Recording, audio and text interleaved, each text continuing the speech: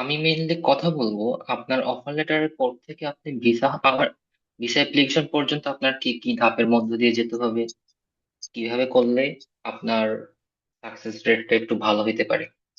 ধরেন আমরা এখন ইতালিতে অ্যাপ্লিকেশন শুরু হয় অক্টোবর নভেম্বর থেকে ফেব্রুয়ারি মার্চের মধ্যে বা এপ্রিল পর্যন্ত হয়তো চলে। ধরলাম আমরা আমাদের হাতে এখন অফার লেটার আছে, এখন ফেব্রুয়ারি মার্চ বা জানুয়ারি কোনো একটা সময় আমাদের হাতে অফার লেটার আছে। এরপর আমরা কি কি করব, আমি এখন সেগুলো নিয়ে কথা বলবো। আমরা স্টেপ বাই স্টেপ আগাবো, কি কি ডকুমেন্ট এম্বাসিতে রিকোয়ার্ড সেগুলো জানবো। আর সবচেয়ে ইম্পর্টেন্ট হচ্ছে ফিনান্সিয়াল, যেটা নিয়ে অনেকে অনেকে কনসার্ন থাকে। কিভাবে ব্যাংক গোছাতে হবে, কি কি করতে হবে, কিভাবে সোর্স অফ ফান্ড দিতে হবে, সেগুলো নিয়ে একটা ওভারভিউ দেওয়ার চেষ্টা করবো। আর সব প্রসেসে টোটাল কিরকম খরচ হবে, যেটা অনেকে কনসার্ন থাকে সেটা নিয়ে। এছাড়া কিছু কমন কোয়েশ্চেন এবং কিছু প্র্যাকটিক্যাল টিপস শেয়ার করার চেষ্টা করবো। ধরলাম আপনার হাতে অফার লেটার আছে, তো প্রথমে আপনার কাজ কি? যদি ইতিমধ্যে আপনি উম, যদি ইতিমধ্যে আপনি অ্যাপোস্টিল না করেন আপনার একাডেমিক ডকুমেন্ট গুলা মাইগভ থেকে, তাহলে আপনি অ্যাপোস্টিল করে ফেলবেন। কারণ পরবর্তীতে আমরা যে সিমিয়া করব, সিমিয়া করতে কিন্তু অ্যাপোস্টিল লাগে। তো আমরা প্রথমে যদি আমাদের একাডেমিক সকল ডকুমেন্ট, ট্রান্সক্রিপ্ট, সার্টিফিকেট গুলো যদি অ্যাপোস্টিল করা না থাকে, আমরা অ্যাপোস্টিল করে নিব। তারপর আমরা সিমিয়া করব। সিমিয়া, আমাদের আগের বক্তা সিমিয়া নিয়ে বলেছেন, আমরা অফার লেটার পাওয়ার পর পরে অ্যাপোস্টিল করার পরে সিমিয়াটা করে ফেলবো। তারপর আমাদের কাজ থাকবে প্রি এনরোলমেন্ট করা, যেটা ইউনিভার্সিটালি ওয়েবসাইটে আমরা প্রি এনরোলমেন্ট করবো এবং ওরা আমাদের একটা সামারি দিবে। তারপরে স্টেপটা একটু ক্রুশাল, কারণ ভিএফএস আমাদের ফাইনালি আমরা সবকিছু করার পর তো ভিএফএস এ ফাইল সাবমিট করতে হবে আমাদের ভিসা অ্যাপ্লিকেশনের জন্য। এখন ভিএফএস আমাদের মাঝে মাঝে ওয়াক ইন সাবমিশন নেয়, মাঝে মাঝে অ্যাপয়েন্টমেন্ট সিস্টেম আমরা সাবমিশন নেই। তো আমাদের এই অ্যানাউন্সমেন্টের জন্য অপেক্ষা করতে হবে। প্রতি বছর হয়তো একটা নির্দিষ্ট টাইমে, সার্টেন টাইমে ভিএফএস তাদের অ্যানাউন্সমেন্টটা দেয় যে ওরা ওয়াকিনে নিবে, ফাইল ওয়াকিনে নিবে নাকি অ্যাপয়েন্টমেন্টে নিবে। যদি ওয়াকিনে নেয় আপনি সেই অনুযায়ী প্রিপারেশন নিবেন, যদি অ্যাপয়েন্টমেন্ট করা স্লট ছাড়ে আপনি আপনার এক্সপেক্টেড ডেট অনুসারে অ্যাপয়েন্টমেন্ট বুক করবেন। এবং এই এই জিনিসটা খুবই গুরুত্বপূর্ণ, কারণ আপনি যদি ওদের অ্যানাউন্সমেন্টটা ফলো না করেন, আপডেট না জানেন, দেখবেন আপনি হয়তো অ্যাপয়েন্টমেন্ট ছাড়িয়ে দিচ্ছে, আপনি অ্যাপয়েন্টমেন্ট নিতে পারতেছেন না। আপনার সব ডকুমেন্ট ঠিক থাকলেও আপনি জমা দিতে পারতেছেন না ফাইলটা। তো আমরা অ্যাপয়েন্টমেন্ট ধরলাম যে আমি অ্যাপয়েন্টমেন্ট নিলাম একটা অমুক তারিখে। এখন সেই তারিখ অনুসারে আমরা আমাদের আরো কিছু ডকুমেন্ট, রিকোয়ার্ড ডকুমেন্ট আছে, যেমন ইন্স্যুরেন্স কিনতে হবে, অ্যাকোমোডেশন বুক করতে হবে, এয়ার টিকেট বুক করতে হবে, সেগুলা ওই তারিখ অনুসারে আমরা এগুলা কমপ্লিট করব। Then সবশেষে সব ডকুমেন্ট গুছিয়ে আমরা আমাদের নির্ধারিত তারিখে আমরা আমাদের ফাইলটা জমা দিই। তাহলে ফাইল ফাইল জমা দেওয়ার সময় আমাদের মেইনলি কি কি ডকুমেন্ট জমা দিতে হবে? অনেক ডকুমেন্টই আছে। এর মধ্যে আমি কিছু কোর ডকুমেন্ট নিয়ে কথা বলবো। একটা আছে ভিসা অ্যাপ্লিকেশন ফর্ম, যেটা আপনি ভিএফএস ওয়েবসাইটে পাবেন, সেটা সম্পূর্ণরূপে এবং নির্ভুলভাবে আপনাকে পূরণ করে জমা দিতে হবে। তারপর আপনার ছবি দিতে হবে, যেটা একটা নির্দিষ্ট সাইজ আছে। এই সাইজের আপনার 4:3.5, এটা গুরুত্বপূর্ণ কারণ অনেকে এই সাইজ নিয়ে ভুল করে, ভুল সাইজের ছবি জমা দেয়। তারপর আমরা যে প্রিন্ট করেছিলাম ইউনিভার্সিটাল ওয়েবসাইটে, সেখান থেকে ওরা আমাদের একটা সামারি দিবে, ওই সামারিটা আমাদের অবশ্যই জমা দিতে হবে। এরপর হচ্ছে ল্যাঙ্গুয়েজ সার্টিফিকেট, যেটা আইএলটিএস হতে পারে বা অন্য কিছু হতে পারে, আমরা সেই ল্যাঙ্গুয়েজ সার্টিফিকেটটা জমা দিব। তারপর হচ্ছে যেটা খুবই গুরুত্বপূর্ণ, এটা ব্যাংক। এখন ব্যাংক আপনার স্পন্সরের অ্যাকাউন্টে জমা দিতে হবে, স্পন্সরের অ্যাকাউন্ট স্টেটমেন্টও জমা দিতে হবে, আপনার অ্যাপ্লিকেন্টের স্টেটমেন্টও জমা দিতে হবে। তার মানে আমাদের দুইজনের ব্যাংকের স্টেটমেন্টই জমা দিতে হবে, এবং সেটি হতে হবে মিনিমাম 12 মাসের। এটা ওদের রিকোয়ারমেন্ট। যিনি স্টুডেন্ট অ্যাপ্লিক্যান্ট, ওনারও ব্যাংক 12 মাসের স্টেটমেন্ট জমা দিতে হবে, আর ওনার স্পন্সর, যেটা হতে পারে ওনার ফাদার বা মাদার, সেটাও 12 মাসের ব্যাংক স্টেটমেন্ট জমা দিতে হবে। এবং স্পন্সরের আপনার টাকাগুলো কোত্থেকে আসছে সেই ইনকাম সোর্সের প্রুফ জমা দিতে হবে। সেটা নিয়ে আমরা কথা বলবো পরের স্লাইডে। এছাড়া আমাদের যেটা বলেছিলাম, কিছু অ্যাকোমোডেশন বুক করতে হবে মিনিমাম 30 দিনের, যে আমরা অমুক তারিখে ইতালি গিয়ে কোথায় উঠবো, কোথায় থাকবো, সেটা আমাদের বুক করে সেই ডকুমেন্টটা জমা দিতে হবে। এছাড়া আমাদের একটা এয়ার টিকেট, যেটা আসলে আমরা এমন না যে আমরা অরিজিনাল টাকা দিয়ে টিকিট কেটে সেটা জমা দিবে, এরকম কিছু না। দামি টিকিট বুক করা যায়, আমরা একটা দামি টিকিট বুক করবো। এছাড়া ভাইয়া একটু এছাড়া সবাই আমাদের দিলে ভালোই তো, কাইন্ডলি অথরিটিকে একটু রিকোয়েস্ট করবো, সরি ফর দ্য ইন্টারাপশন। আচ্ছা, আপনাদের যাদের মাইক অন আপনার কাইন্ডলি একটু মাইকটা মিউট করে ফেলুন, তাহলে সবার জন্য ভালো হয়। ধন্যবাদ। আমাদের একটা ইন্স্যুরেন্স বাই করা লাগবে, সেটাও আমরা কিনবো, সেটা নিয়ে আমরা কথা বলবো সামনে। এখন সবচেয়ে গুরুত্বপূর্ণ হচ্ছে ব্যাংক। এখন ইতালিতে ব্যাংক রিকোয়ারমেন্ট ওদের ওয়েবসাইট অনুসারে, ইউনিভার্সিটির ওয়েবসাইট অনুসারে আপনাকে এই পরিমাণ ক্যাপাবিলিটি দেখাতে হবে যে আপনি প্রতি বছর 10,179 বাংলাদেশি টাকায় প্রায় 15 লাখের আশেপাশে এটা খরচ করতে সক্ষম। এমন না যে এটা আপনার ব্যাংকে থাকতে হবে, ব্যাংকে দেখাইতে হবে, এমন না। এটা আপনি খরচ করতে সক্ষম, এটা আপনার প্রমাণ করতে হবে। এটা আপনি কিভাবে প্রমাণ করবেন? প্রথমত স্পন্সর অ্যাকাউন্টে আমাদের কিছু টাকা থাকবে, যেটা মেইনলি মোস্ট প্রিফারেবল হচ্ছে সেভিংস অ্যাকাউন্ট। এছাড়া কারেন্ট অ্যাকাউন্ট থাকতে পারে, এছাড়া এক্সট্রা এফডিআর থাকতে পারে, সঞ্চয়পত্র থাকতে পারে, সমস্যা নেই। কিন্তু মোস্ট প্রিফারেবল হচ্ছে সেভিংস। সেভিংস এর পাশে আপনার অন্যগুলো থাকুক, সমস্যা নেই, কিন্তু সেভিংসটা মেইন এটা। এখন স্পন্সর অ্যাকাউন্টে যে 15 লাখ টাকা যদি আমাদের 1 বছরের খরচ হয়, এই খরচের ক্যাপাবিলিটি যদি আমাদের দেখাইতে হয়, এমন না যে 3 বছরের খরচ আমার ব্যাংকে এখনই দেখাইতে হবে। আমরা এখন ব্যাংকে 18-20 লাখ দেখাতে পারি, আর সাথে স্পন্সরের কিছু রানিং ইনকাম দেখাতে পারি, যেটা প্রমাণ করে যে আমার স্পন্সর আমার জন্য প্রতি বছর এত টাকা খরচ করতে সক্ষম। তো স্পন্সর তো এই গেল ব্যাংকের হিসাব। আর স্টুডেন্টের অ্যাকাউন্টে কিছু টাকা স্পন্সর অ্যাকাউন্ট থেকে আসতে হবে। ধরেন সেটা 5 লাখ হতে পারে, 7 লাখ হতে পারে, 3 লাখ, 4 লাখ, 8 লাখ, 10 লাখ। এটা স্পন্সর অ্যাকাউন্ট থেকে আসতে হবে, যেন এটা আমরা বলতে পারি যে আমার স্পন্সর, উনি যথেষ্ট সলভেন্ট, উনার এত লাখ টাকা আছে ব্যাংকে, সেখান থেকে আমাকে ইনিশিয়াল কস্টিং এর জন্য 5 লাখ টাকা দিয়েছে, পরবর্তীতে বাকি টাকা উনি দিবে। আমরা যাতে এটা ডিক্লেয়ার করতে পারি, তাহলে দেখা গেল আমাদের নিজের ব্যাংক অ্যাকাউন্ট 1 বছরের স্টেটমেন্ট দিতে হবে উইথ 5-7 লাখ টাকা। আর স্পন্সর অ্যাকাউন্টে 1 বছর স্টেটমেন্ট দিতে হবে 15-20। আমরা আসলে যত পারি, যত বেশি পারি উইথ প্রপার প্রুফ। এমন না আমরা শুধু অ্যাকাউন্ট দেখাই দিলে হবে, প্রুফও দিতে হবে যে টাকাটা থেকে আসছে। তাহলে আমরা কিভাবে প্রুফ দিব? এখন ধরেন আপনার স্পন্সর জব হোল্ডার, তাহলে তাহলে আমরা ব্যাংক স্টেটমেন্টও দিব, ব্যাংক ব্যালেন্স সহ। সাথে জব হোল্ডার যারা, তারা এমপ্লয়মেন্ট সার্টিফিকেট দিব, পে স্লিপ দিতে পারি 3 থেকে 6 মাসে, অথবা স্যালারি স্টেটমেন্ট দিতে পারি, ট্যাক্স টিন যদি থাকে সেটা দিতে পারি। এটা হচ্ছে প্রমাণ যে ব্যাংকের টাকাগুলো আসলে আপনার একটা ভ্যালিড সোর্স থেকে আসছে। যে আমার ব্যাংকে যে আমি 15 লাখ দেখাইলাম বা 20 লাখ দেখাইলাম, এটা আমার এই সোর্স থেকে আসছে, আমার স্পন্সর জব করে, এবং এই হচ্ছে আমার স্পন্সর জবের ডকুমেন্ট। এটা আপনার প্রমাণ করতে হবে, শুধু ব্যাংকের টাকা দেখাইলে হবে না। তারপর যদি এই স্পন্সর বিজনেসম্যান হয়, তখন সেক্ষেত্রে আমরা ট্রেড লাইসেন্স দেখাইতে পারি। সেক্ষেত্রে যদি ট্রেড লাইসেন্স 2 বছরের থাকে, আমি বলবো 2 বছরটা দেখাইতে, যাতে এটা প্রমাণ হয় যে আপনার ব্যবসা নতুন না। কারণ আপনি হইতে পারে ব্যবসা দেখালেন নতুন, 6 মাস আগে ব্যবসা ওপেন করছেন, কিন্তু ব্যাংকে দেখাইতেছেন 20 লাখ টাকা, এটা তো আসলে বিশ্বাসযোগ্য হবে না। আপনি 6 মাসে 20 লাখ টাকা জমায় ফেলছেন। এই জন্য আমি বলবো যদি ট্রেড লাইসেন্স পুরান পুরান থাকে সেটাও দেখাবেন, তাহলে ওরা বিশ্বাস করবে আপনার ব্যবসাটা পুরনো। এছাড়া কারো যদি বিল থাকে সেটাও দিতে পারেন, ট্যাক্স বিল থাকলে সে আগের কথা, থাকলে দিতে পারেন অবশ্যই। এখন আরেকটা সোর্স হতে পারে জমি বিক্রি। জমি বিক্রি করলে সাথে এটা প্রমাণ করার জন্য আপনি বিক্রির দলিল দিতে পারেন, জমির খতিয়ান দিতে পারেন। আর টাকাটা যে আপনি পেয়েছেন, জমি বিক্রির টাকা, সেটা আপনি ব্যাংকে জমা রাখার সময় হয়তো ডিপোজিট স্লিপ ছিল, অথবা চেকের মাধ্যমে টাকা নিতে চেক ছিল, ওইগুলা টাকাটা প্রুভ করার জন্য এসব কিছু ডকুমেন্ট দিতে পারে। এছাড়া কারো সোর্স যদি আপনার হাউস রেন্ট হয়, সেক্ষেত্রে আপনার যখন ভাড়াটিয়া বাড়ি ভাড়া নেই, তখন এটা চুক্তিপত্র হয়। ওই চুক্তিপত্র দেখাতে পারেন যে অমুক মানুষকে আপনি অমুক ভাড়ার টাকা, অমুক ভাড়ার জন্য এই বাসাটা ভাড়া দিচ্ছেন অমুক টাকার বিনিময়ে।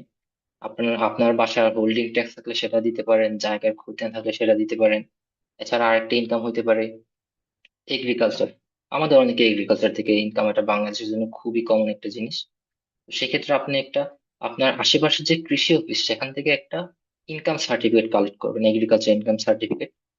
এটা কৃষি অফিসারের সিল সাইন থাকবে অবশ্যই, এবং সেখানে লেখা থাকবে আপনি আপনার অমুক ফসল উৎপন্ন করে এত টাকা এই বছরে ইনকাম হচ্ছে, এরকম কিছু একটা জিনিস। এছাড়া আপনি ল্যান্ড খতিয়ান দিতে পারেন, জমির খতিয়ান দিতে পারেন। তো আমরা একটু খরচ নিয়ে একটু দেখি। আমাদের মাইগভ থেকে অ্যাপোস্টিল করতে ডকুমেন্ট, পার ডকুমেন্ট 200 টাকা করে লাগে। তো আপনার যত পেজ হয় আপনার সেই হিসাবে টাকা লাগবে। আপনার সিমিয়া করতে, আমাদের নর্মাল সিমিয়া করতে 300 ইউরো লাগে, আর আর্জেন্ট করতে 400 ইউরো লাগে। তো আপনার বাংলা টাকার যত আসে রেট অনুসারে তত আসে।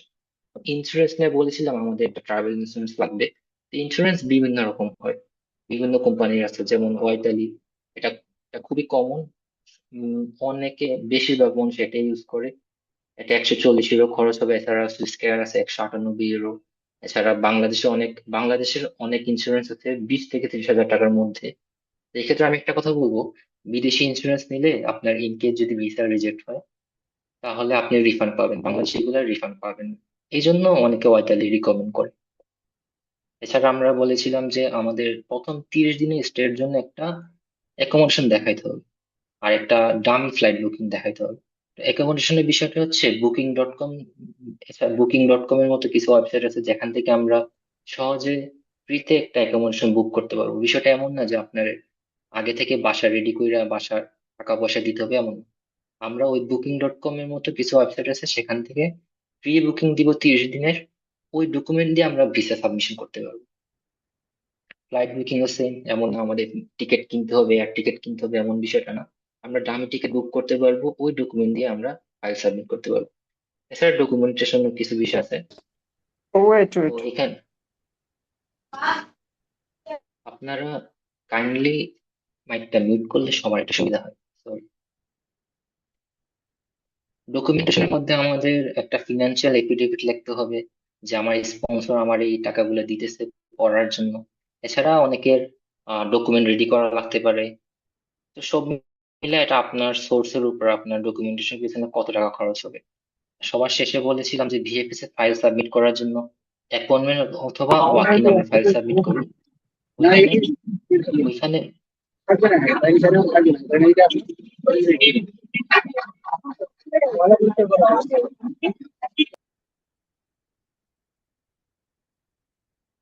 তুমি ভিএফএস কন্টিনিউ করো একটা আসলে। ফি আছে। সরি ফর ইন্টারাপশন সুফিয়ান, তুমি কন্টিনিউ করো। অনেকে হয়তো বা জয়েন করে, তো তার মাইকটা অন থাকে, তো সেটা বন্ধ করার জন্য তার একটু সময় প্রয়োজন। তো আমি কাইন্ডলি সবাইকে অনুরোধ করবো যে আপনারা খেয়াল রাখবেন যখন জয়েন করবেন আপনাদের মাইকটা যাতে মিউট থাকে। এটা আমাদের স্পিকারদের অ্যাটেনশন ডিস্ট্রাকশন হচ্ছে। তো হ্যাঁ, সুফিয়ান তুমি কন্টিনিউ করো। থ্যাংক ইউ, থ্যাংক ইউ ভাই। আমরা ভিএফএস এর ফাইল সাবমিট করার জন্য ভিএফএস এর অ্যাপয়েন্টমেন্ট বুক করি অথবা ওয়াকিং এর ফাইল সাবমিট করি, আমাদের ভিএফএস একটা ফি দেওয়া লাগে। ওই ফিটা আপনার আমরা নর্মালি 10,800 টাকার মতো। আর প্রিমিয়ামে যদি দেই, প্রিমিয়ামে হইলে একটু সুবিধা পাওয়া যায়, একটু সুনজর পাওয়া যায়। এমন না যে ভিসার ক্ষেত্রে আমাদের সুবিধা তেমন কিছু না। ফাইল জমা দেওয়ার সময় আমাদের একটু চা নাস্তা খাওয়াই আর কি। ওইটা 15,000 টাকার উপরে। তো এটা আপনাদের আইডিয়া অনুযায়ী আপনার যেটা নেই। তো আর দুটো বিষয় নিয়ে কথা বলবো। একটা হচ্ছে এনরোলমেন্ট। এখন আমরা সবকিছু করতেছি, সব ফাইল জমা দিতেছি বা সব ডকুমেন্ট প্রিপেয়ার করতেছি। একটা জিনিস হচ্ছে ভার্সিটিতে আমরা অফার লেটার পাইলাম, প্রি এনরোলমেন্ট করলাম। আরেকটা কাজ আছে এনরোলমেন্ট করা। এটা এক এক ভার্সিটি এক এক টাইম থাকে, এক এক ডেডলাইন থাকে। এনরোলমেন্ট না কইরা ভিসা ফাইল সাবমিট করা যায়, কোনো সমস্যা নেই। কিন্তু বিষয়টা হচ্ছে আমরা যেমন ধরলাম যে আমি জুলাই ফাইল সাবমিট করবো, কিন্তু আমি ইউনিভার্সিটি অফ পাভিয়াতে ভর্তি হবো। ওইটার এনরোলমেন্টের ডেডলাইন মে মাসে। তো সেই ক্ষেত্রে কিন্তু আমার অবশ্যই এনরোলমেন্ট করা লাগবে। এনরোলমেন্ট করার খরচ আছে 100 থেকে 200 বা 250 হইতে পারে।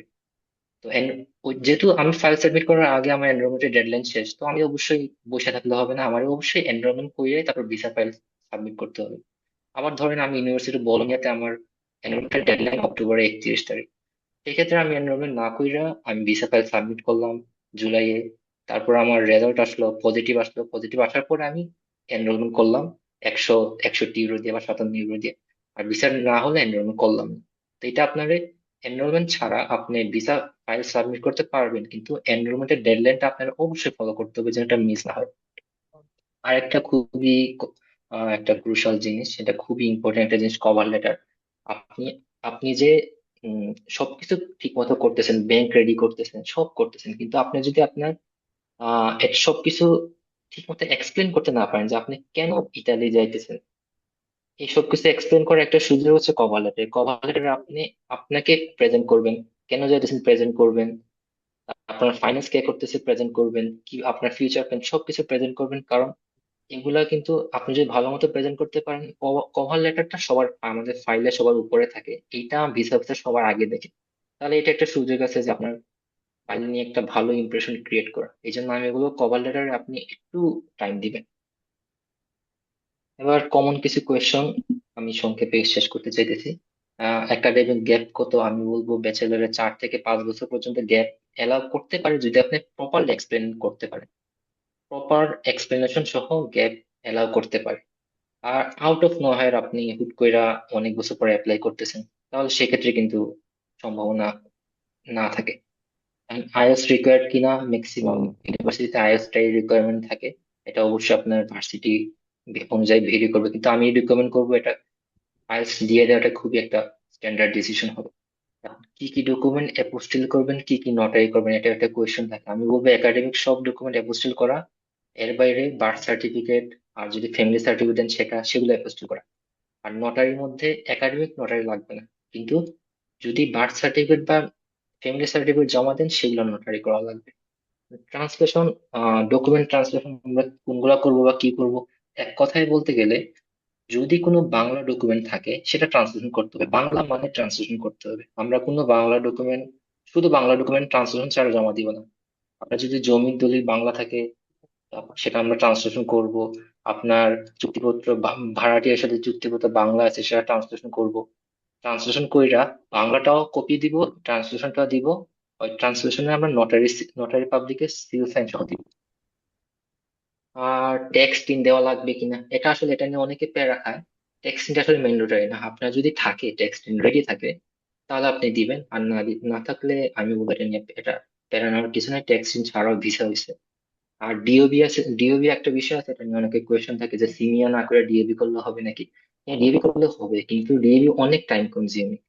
প্রায় 6 7 8 9 মাস লেগে যেতে পারে। সেক্ষেত্রে আপনার যদি সুযোগ থাকে, সময় থাকলে আপনি করতে পারেন, নাহলে সিনিয়া নিয়ে আগাইলে ভালো হয়। এবার কিছু কমন মিস্টেক। আপনি আপনি ব্যাংক নিয়ে আসলে আমরা এত গুরুত্ব দিই, আমরা যে পড়ালেখার উদ্দেশ্যে যাইতেছি সেটা আমরা ভালো মতো এক্সপ্লেন করতে পারি না। তো এটা অবশ্যই আপনারা খেয়াল রাখবেন যেন আপনাদের ভিজিট করার পারপাস যে স্টাডি, এটা যাতে কোনোভাবে মিস না হয়। কোনোভাবে যেন মনে না হয় যে আপনি তো পড়ার জন্য যাইতেছেন, আপনার সেটেল হওয়ার জন্য যাইতেছেন। আমাদের দেশে যে আমরা ফিরে আসবো, দেশে যে আমাদের স্ট্রং টাই আছে, ওইটা আমাদের এক্সপ্লেন করতে হবে, বুঝাইতে হবে যে আমরা এখানে চলে যেতেছি না, আমরা যাই পড়া শেষ করে চলে আসবো। আর ব্যাংকের বিষয়টা নিয়ে আমরা অনেকে যেটা করি যে আমাদের হুট করে অনেক ট্রানজেকশন করি। পুরা আগের 9 মাস কোনো ট্রানজেকশন নাই, 3 মাস অনেক ট্রানজেকশন, অথবা সোর্সের সাথে আমাদের ট্রানজেকশনের কোনো মিল নাই। সোর্স একরকম, ট্রানজেকশন একরকম, আমরা ইনকাম দেখাইলাম 10 লাখ, আমাদের ব্যাংকে লেনদেন নেই 2 লাখের। তো এইসব আসলে আমরা ব্যাংকের সাথে সোর্সের মিল রাখার চেষ্টা করবো, আর ওভার ট্রানজেকশন করার চেষ্টা করবো না। আর অবশ্যই আমাদের ব্যাংক ব্যালেন্স যদি কম হয়, আমাদের রানিং ইনকামটা যদি কম হয়, যেটা আমি বলেছিলাম প্রথমেই, আমাদের প্রতি বছর 3 বছর ব্যাচেলরে আমার জন্য এত টাকা খরচ করার মতো সলভেন্ট আমার স্পন্সর, এটা আমার প্রমাণ করতে হবে। তার মানে আমরা যদি রানিং ইনকাম না দেখে বা খুবই কম রানিং ইনকাম দেখে, তখন কিন্তু বিশ অফিসার বিশ্বাস করবে না, ভাববে যে তিন এই বছর না হয় ব্যাংকে টাকা আছে, সামনের বছর ব্যাংকে টাকা থাকবে না, সামনের বছর কেমনে পড়ালেখা করবে। এই জন্য রানিং ইনকামের দিকে আমরা একটু খেয়াল রাখা উচিত আমাদের। আর ল্যান্ড সেল আমরা কখনো একমাত্র সোর্স হিসেবে দেখাবো না, কারণ আমাদের কোনো রানিং ইনকাম নেই। আমরা শুধু জমি বিক্রি করে, জায়গা জমি সব বিক্রি করে আমরা বিদেশ চলে যাইতেছি, বিষয়টা এরকম দেখাবে যে এই মানুষটা জায়গা জমি সব বিক্রি করে বিদেশ চলে যাইতেছে, আর ব্যাক করবে না, এর কোনো রানিং ইনকাম নেই, কিছু নেই। এগুলো আসলে খুবই নেগেটিভ পয়েন্ট, আমরা এই বিষয়গুলো খেয়াল রাখার চেষ্টা করব। আর এছাড়াও যদি আরো কোনো কোয়েশ্চেন থাকে অবশ্যই আমরা কিউএন সেশনে আমরা আনসার দেওয়ার চেষ্টা করবো। ধন্যবাদ সবাইকে।